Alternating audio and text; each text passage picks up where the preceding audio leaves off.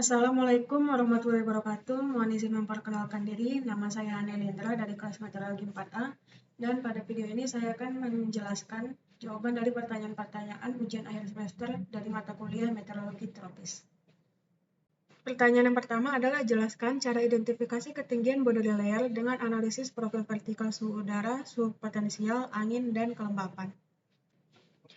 Untuk menentukan profil vertikal angin yang berpusat di atas lokasi radar dapat menggunakan volume velocity processing atau VVP. Gambar ini merupakan hasil VVP yang menampilkan berbagai parameter udara secara vertikal dengan gambar atas menunjukkan kondisi parameter pada siang hari dan yang bawah pada malam hari.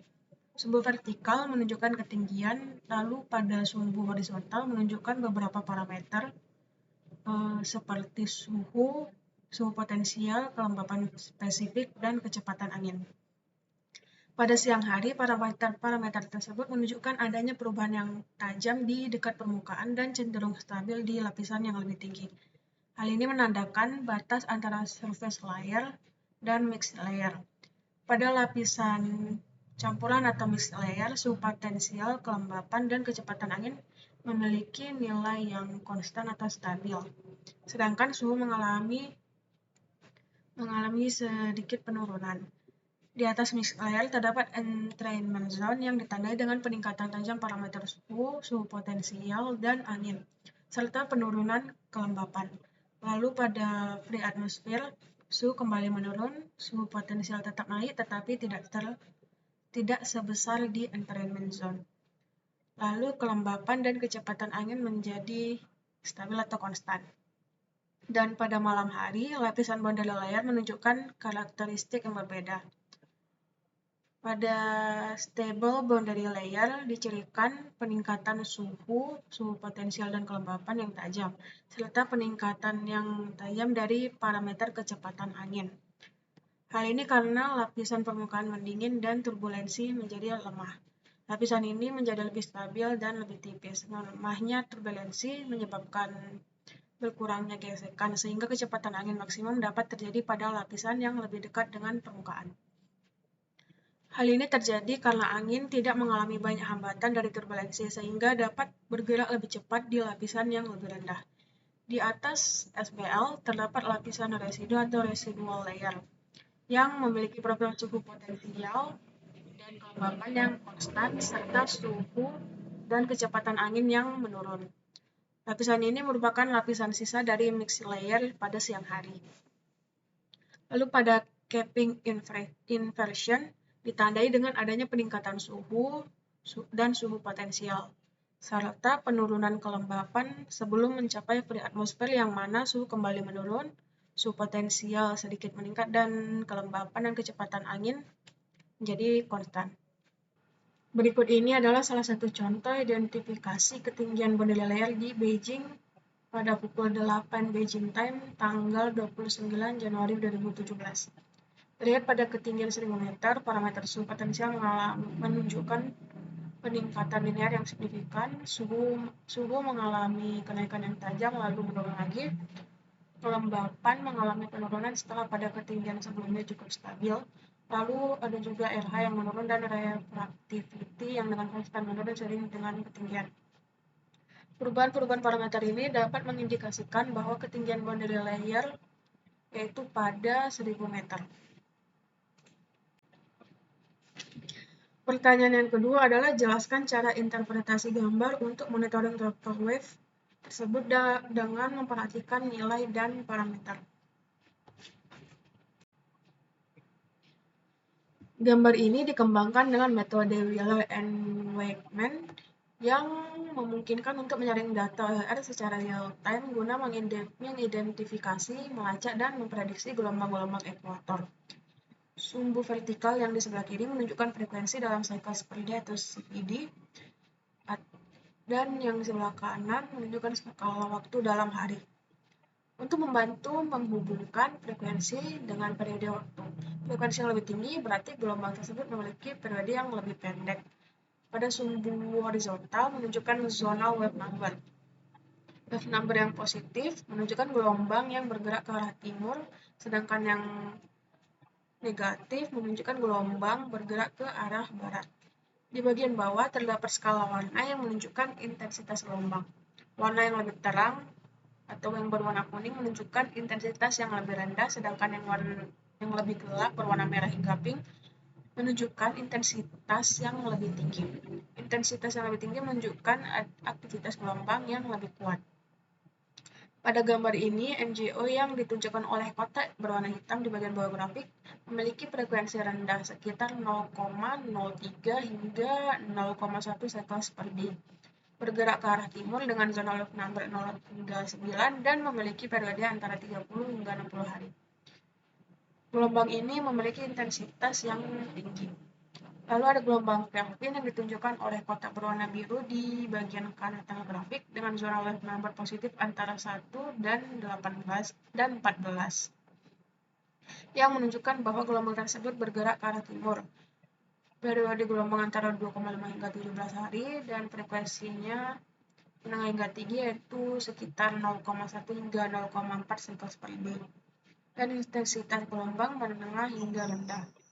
Lalu ada equatorial Rossby waves yang ditunjukkan oleh kotak warna merah di bagian kiri bawah grafik dengan zona wave number negatif antara minus 10 dan minus 1 yang berarti gelombang ini bergerak ke arah barat. Periode antara 9,7 hingga 72 hari, frekuensi sekitar 0,03 hingga 0,15 cycles per day, dan intensitas gelombang menengah. Yang selanjutnya adalah Mixed Rossby Gravity and Tropical Disturbance (MRGTD) yang ditetapkan oleh kotak berwarna ungu di bagian kiri atas grafik dengan zona wave number antara minus 20 dan minus 6 yang berarti gelombang bergerak ke arah barat, periode antara 2,5 hingga 10 hari, frekuensi sekitar 0,1 hingga 0,4 cycles per day, dan intensitas gelombang yang cukup rendah. Lalu yang terakhir adalah low frekuensi yang ditunjukkan oleh kotak ungu di bagian bawah, memiliki periode lebih dari 120 hari dan bilangan gelombang zonal antara minus 10 dan 10. Dengan memahami distribusi intensitas dalam diagram ini, kita dapat memonitor dan menganalisis pola dan aktivitas gelombang tropis yang berpengaruh pada dinamika atmosfer dan cuaca global. Soal yang ketiga yaitu jelaskan tentang tahap-tahap teknik Dvorak dalam menentukan tropical cyclone. Teknik Dvorak adalah metode yang dikembangkan oleh Ferdinand Dvorak pada awal tahun 1970-an dan digunakan untuk memperkirakan intensitas siklon tropis berdasarkan analisis gambar satelit. Teknik ini mengandalkan pola awan yang terlihat pada gambar satelit infrared dan visible. Tahap-tahap teknik Dvorak dalam menentukan tropical cyclone yaitu pertama adalah menentukan lokasi sistem siklon tropis menggunakan citra satelit untuk mengidentifikasi pusat sirkulasi siklon. Ini biasanya dilakukan dengan mengamati pola awan dan struktur spiral yang mengarah ke pusat sistem. Setelah lokasi sistem ditentukan, langkah yang selanjutnya adalah memperkirakan intensitas atau kekuatan siklon dengan cara melihat ciri-ciri awan atau pola awan yang khas untuk memperkirakan intensitas awal. Yang selanjutnya adalah pengukuran sistem awan yang dilakukan dengan mengumpulkan data visual dari citra satelit yang akan digunakan untuk menentukan intensitas siklon. Elemen-elemen yang diukur ada eye atau mata yang merupakan pusat siklon yang jelas dan biasanya dikelilingi oleh dinding awan yang padat. Eye yang jelas menunjukkan siklon yang kuat. Lalu ada curved band atau garis melengkung awan konvektif yang mengelilingi pusat. Semakin banyak curved band dan semakin dekat ke pusat, semakin kuat siklonnya. Lalu ada shear atau perbedaan arah dan kecepatan angin di berbagai ketinggian atmosfer. Wind shear yang kuat dapat melemahkan siklon tropis. Lalu ada covered center atau pusat siklon yang tertutup oleh awan tinggi dan yang padat dan seringkali menandakan siklon yang berkembang atau melemah. Yang selanjutnya adalah memperkirakan perubahan intensitas siklon berdasarkan perubahan yang terjadi dalam 24 jam terakhir dengan mengamati bagaimana pola awan yang berubah selama 24 jam terakhir untuk memahami tren intensitas siklon. Tahap selanjutnya adalah pattern recognition atau mencocokkan pola awan yang diamati dengan model pola yang sudah ada. menggunakan pengamatan dari angka sebelumnya untuk menyesuaikan dengan modal golok yang sudah ada sehingga mendapatkan modal P-number yang merepresentasikan intensitas sementara siklon. Setelah itu, memilih estimasi intensitas yang terbaik dari beberapa opsi yang tersedia dengan menggabungkan data pengukuran sistem awan dan perubahan dalam 24 jam untuk memilih estimasi yang paling sesuai dengan kondisi aktual siklon. Lalu, apply constraints atau menetapkan batasan untuk memastikan bahwa estimasi intensitas yang dipilih realistis dan sesuai dengan aturan yang sudah ada. Dengan menerapkan aturan atau batasan tertentu, seperti kecepatan perubahan intensitas yang diizinkan untuk memastikan hasil yang konsisten dan valid. Lalu tahap selanjutnya adalah menentukan final P-number yang akan digunakan untuk memperkirakan intensitas siklon. P-number ini kemudian dikonversi menjadi kecepatan angin dan tekanan pusat siklon. Tahap yang terakhir adalah menetapkan intensitas akhir dari siklon tropis. Berdasarkan final P-number, intensitas siklon dalam bentuk kecepatan angin dan tekanan pusat ditentukan. Hal ini merupakan estimasi akhir yang akan digunakan dalam laporan dan peringatan siklon tropis. Untuk menjelaskan teknik Dvorak dan penerapannya, diambil contoh kasus menggunakan jurnal The Validity of Dvorak Intensity Change Constraints for Tropical Cyclones. Pada tahap awal teknik Dvorak digunakan gambar satelit untuk mengidentifikasi jenis pahlawan yang berhubungan dengan siklon tropis. Pahlawan ini kemudian diklasifikasikan untuk memberikan P-number awal yang merupakan estimasi intensitas siklon. Data yang digunakan mencakup pengamatan dari tahun 1998 hingga tahun 2012, di mana intensitas siklon tropis dianalisis menggunakan teknik Dvorak. Gambar satelit dan data dari pesawat pengintai digunakan untuk memberikan estimasi awal intensitas siklon. Sering waktu, P-number terus diperbarui berdasarkan perubahan pahlawan. Pada studi ini digunakan validitas batasan perubahan intensitas Dvorak dengan menggunakan data dari Hurricane Database atau HUDAT dan dihitung perubahan P-number setiap 6, 12, 18, dan 24 jam dan membandingkannya dengan batasan yang ada. Analisis selanjutnya digunakan untuk memastikan bahwa estimasi intensitas berdasarkan teknik Dvorak sesuai dengan data nyata dan divalidasi batasan perubahan intensitas Dvorak dengan membandingkan data satelit dan pesawat pengintai. Hasilnya menunjukkan bahwa dalam mayoritas kasus, batasan Dvorak valid dengan hanya sebagian kecil siklon yang melanggar batasan tertentu. Setelah melalui beberapa iterasi pembaruan dan verifikasi, dibuat penyesuaian akhir pada estimasi intensitas dan melaporkannya. Didapatkan bahwa meskipun ada beberapa kasus siklon yang melanggar batasan Dvorak, sebagian besar kasus mematuhi aturan tersebut. Hal ini menunjukkan bahwa teknik Dvorak dapat diandalkan untuk analisis intensitas siklon tropis.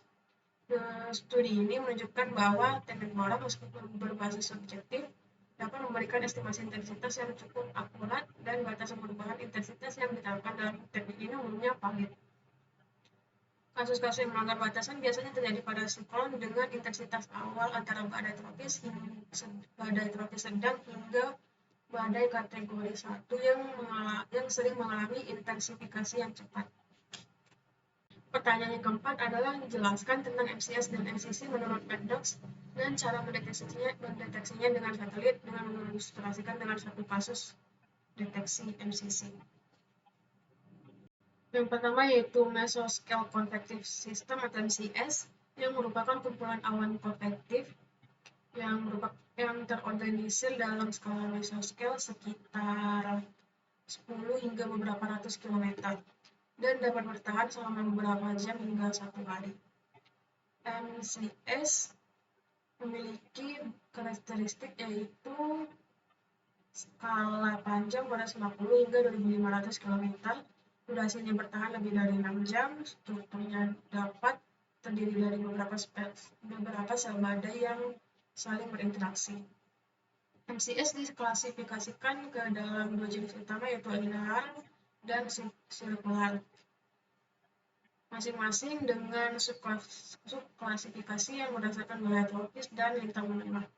Linear type diklasifikasikan menjadi tropical squall yang merupakan sistem konvektif yang memanjang dan bergerak cepat, biasanya menghasilkan hujan lebat, angin kencang, dan badai topir di daerah tropis. Lalu ada skyline serupa dengan tropis iqbal, tetapi terjadi di wilayah lintang menengah dan seringkali terhubung dengan perang dingin. Lalu klasifikasi selanjutnya berdasarkan circular type. Di tropis ada cloud cluster, tropical storm atau cyclone, dan MCC yang akan dijelaskan selanjutnya. Lalu di latitudes ada cloud cluster dan MCC. Lalu yang selanjutnya adalah Mesoscale Convective Complex atau MCC. Redox mendefinisikan MCC sebagai sebuah sistem cuaca konvektif skala meso yang terorganisir dalam bentuk yang besar dan bertahan lama. MCC sering terjadi di Amerika Serikat bagian tengah dan dapat tumbuh menjadi sangat besar dengan durasi lebih dari 12 jam.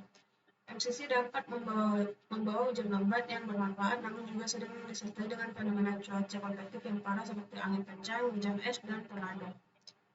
Karakteristik MCC yaitu area awan dengan suhu puncak yang sangat dingin, biasanya minus 32 derajat Celcius atau lebih dingin, harus meluas lebih dari 100.000 km persegi pada puncaknya. Struktur tersebut harus bertahan setidaknya selama 6 jam.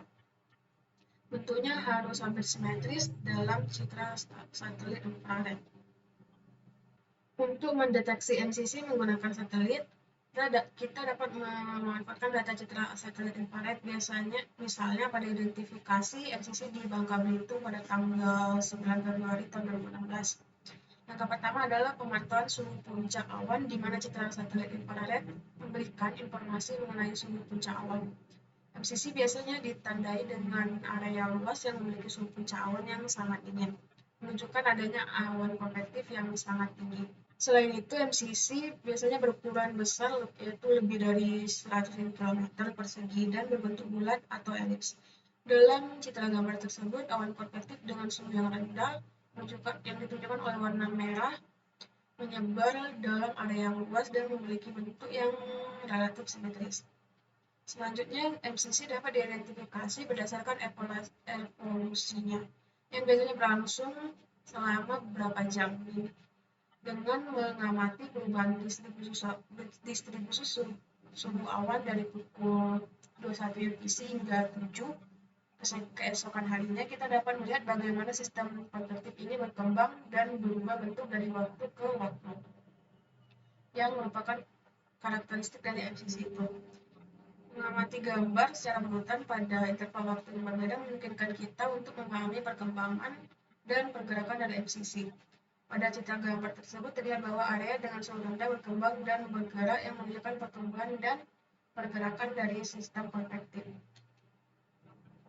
Selain pengamatan visual, penggunaan parameter kuantitatif seperti suhu puncak awan minimum, area dengan suhu di bawah threshold tertentu, dan durasi keberlanjutan awan dengan suhu rendah juga penting. Pengolahan data citra satelit dengan perangkat lunak pemrosesan gambar dapat membantu menghitung parameter-parameter ini secara otomatis. Gambar dari satelit 0,8 menunjukkan evolusi sistem konvektif pada berbagai waktu yang membantu dalam identifikasi dan memantau MCC. Dengan memperhatikan distribusi suhu puncak awan dan perubahan temporalnya, kita dapat mendeteksi dan menganalisis MCC dengan lebih efektif melalui satelit. Soal yang kelima atau yang terakhir yaitu jelaskan tentang kondisi monitoring tropical waves atau observasi dan prediksi di wilayah Indonesia pada periode waktu tersebut di gambar. Gambar ini menunjukkan analisis dari outgoing long wave radiation atau LR selama 7 hari dan prediksi CFS atau climate forecast system untuk periode yang berbeda. LR rendah yang ditunjukkan dengan warna hijau biasanya terkait dengan peningkatan aktivitas konvektif dan hujan, sedangkan LR tinggi yang ditunjukkan dengan warna coklat menunjukkan area dengan aktivitas konvektif rendah atau langit cerah. Selain itu, gambar ini juga menunjukkan beberapa gelombang tropis seperti MJO, Kelvin waves, dan Equatorial Rossby waves. Dalam periode 29 Mei hingga 4 Juni, Observasi menunjukkan area dengan OL rendah di bagian tengah Indonesia menunjukkan adanya aktivitas konvektif yang signifikan. MJO dan Cumulus diindikasikan oleh garis-garis hitam dan biru di wilayah ini, menunjukkan adanya pengaruh kuat dari gelombang-gelombang ini pada cuaca lokal. Pada periode 5 Juni hingga 11 Juni, aktivitas konvektif masih terlihat di sekitar Indonesia bagian tengah, meskipun sedikit berkurang dibandingkan dengan minggu sebelumnya. Cumulus masih terlihat di wilayah ini menunjukkan keberlanjutan aktivitas gelombang tropis. Selanjutnya, pada periode 12 Juni hingga 18 Juni, aktivitas konvektif kembali meningkat di bagian tengah Indonesia, terutama di wilayah Kalimantan dan Sumatera. Keberadaan gelombang Kelvin masih terdeteksi dan ada tanda-tanda peningkatan pengaruh gelombang MJO.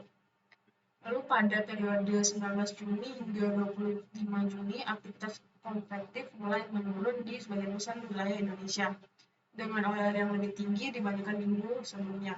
Pengaruh gelombang tropis seperti MJO dan Cumulus masih terlihat, tetapi tidak sekuat sebelumnya.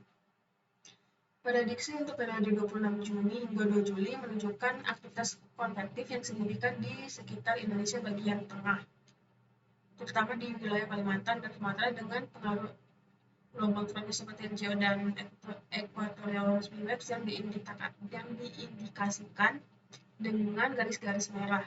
Prediksi untuk 3 Juli hingga 9 Juli memperkirakan aktivitas konvektif yang berlanjut di bagian tengah Indonesia dengan pengaruh gelombang tropis yang masih signifikan. Pengaruh NGO dan gelombang equatorial Rossby masih terlihat jelas di wilayah ini. Prediksi untuk tanggal 10 Juli hingga 16 Juli menunjukkan aktivitas konvektif di wilayah Indonesia bagian tengah diperkirakan menurun sedikit, tetapi masih ada area dengan OL yang rendah. Pengaruh MJO dan gelombang tropis lainnya tetap ada. Prediksi untuk 17 Juli hingga 23 Juli menunjukkan aktivitas konvektif yang diperkirakan menurun lebih lanjut di wilayah Indonesia dengan area OL rendah yang semakin berkurang. Gelombang tropis seperti MJO dan gelombang equatorial Rossby masih mempengaruhi wilayah ini, tetapi dengan intensitas yang lebih rendah. Dari analisis ini dapat disimpulkan bahwa aktivitas konvektif di wilayah Indonesia sangat dipengaruhi oleh gelombang tropis seperti MJO, Kelvin waves, dan equatorial Rossby waves. Prediksi CFS menunjukkan tren penurunan aktivitas konvektif di wilayah ini dari akhir Juni hingga akhir Juli. Pemahaman tentang interaksi antara gelombang tropis ini sangat penting untuk memperkirakan cuaca dan potensi bencana terkait konveksi di wilayah Indonesia. Sekian penjelasan mengenai jawaban dari pertanyaan-pertanyaan UAS meteorologi tropis dari saya. Apabila terdapat kesalahan, saya mohon maaf. Wassalamualaikum warahmatullahi wabarakatuh.